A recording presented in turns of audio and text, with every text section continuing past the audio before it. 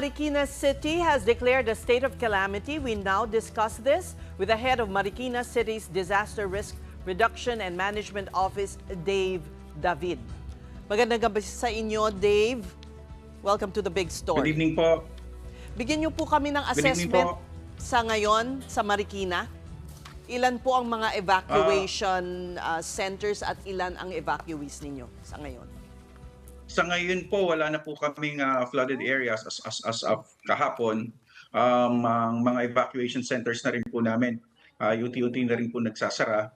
At nagbabalikan na po yung mga kababayan po namin na take ng shelter po din sa aming mga evacuation centers. But nung height po, nung malalakas na pag-ulan, umabot po sa 23,679 po yung aming mga naging evacuees sa 32 na evacuation centers po na ginamit po namin. 12 out of 16 barangays po sa Marikina ang inabot po ng baha.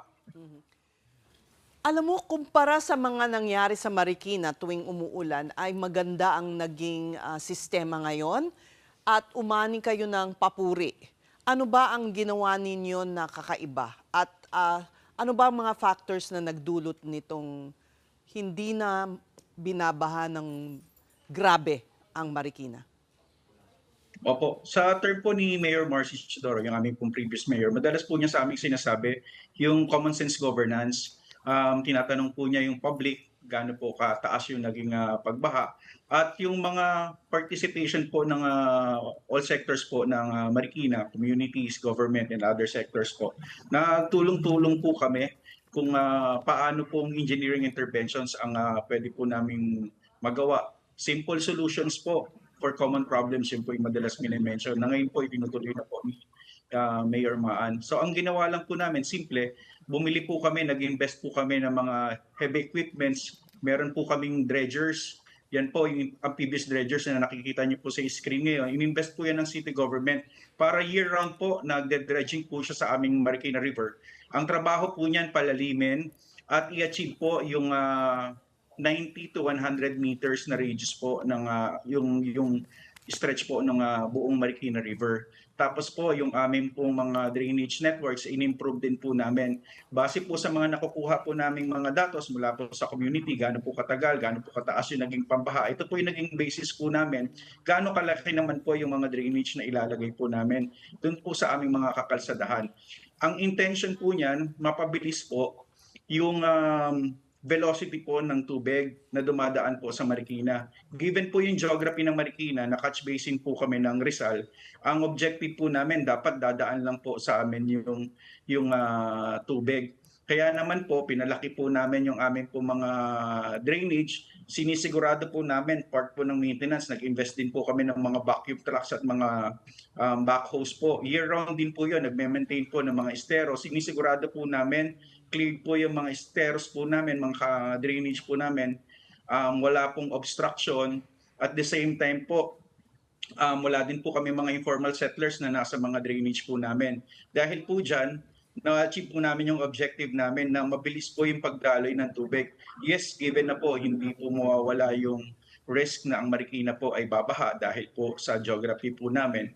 But ito po mga engineering intervention na to, ito po mga simple solutions na to, ang naririnig po namin na rewards po ngayon kung bakit po mas mabilis po namin na ma-manage yung floodwaters po.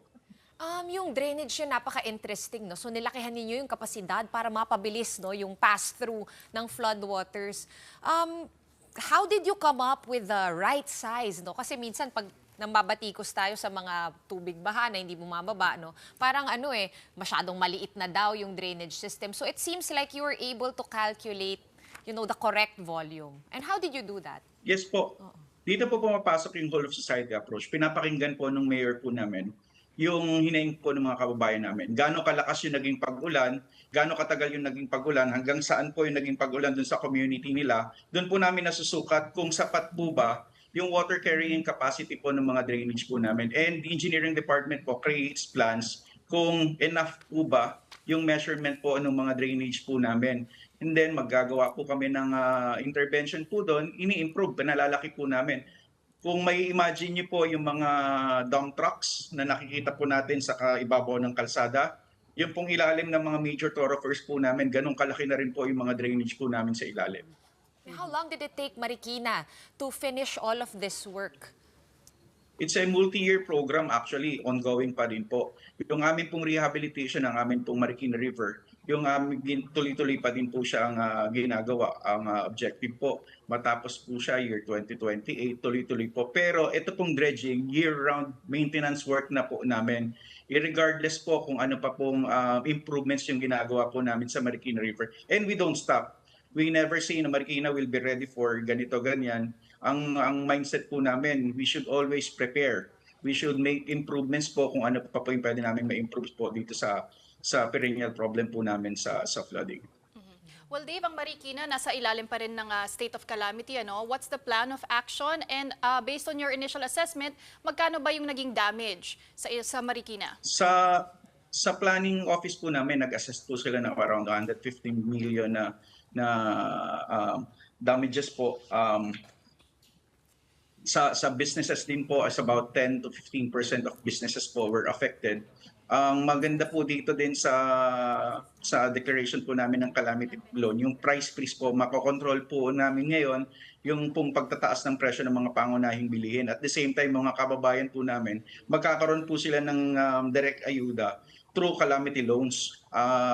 Dahil po din sa declaration ng state of calamity, pwede na po sila, yung mga members po ng Pag-ibig, ng SSS, ng GSIS can now avail calamity loans para matulungan po sila. Makakapag-inject din po ito sa ekonomiya po namin dito sa Marikina kung magkakaroon po ng additional fundings po yung mga kababayan namin. A final question, I understand also that you're coordinating with yung kalapit na syudad ng Pasig kasi you share borders, ano.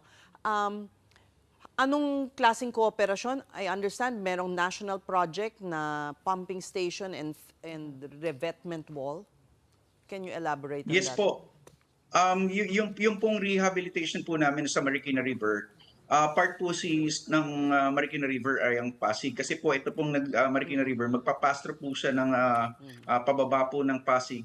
Through Ilog Pasig po, Pasig River, palabas po yan ng Manila Bay. At the same time po, yung Manggahan Floodgate po, dumadaan din po yan ng Pasig, palabas naman po siya ng Laguna Lake.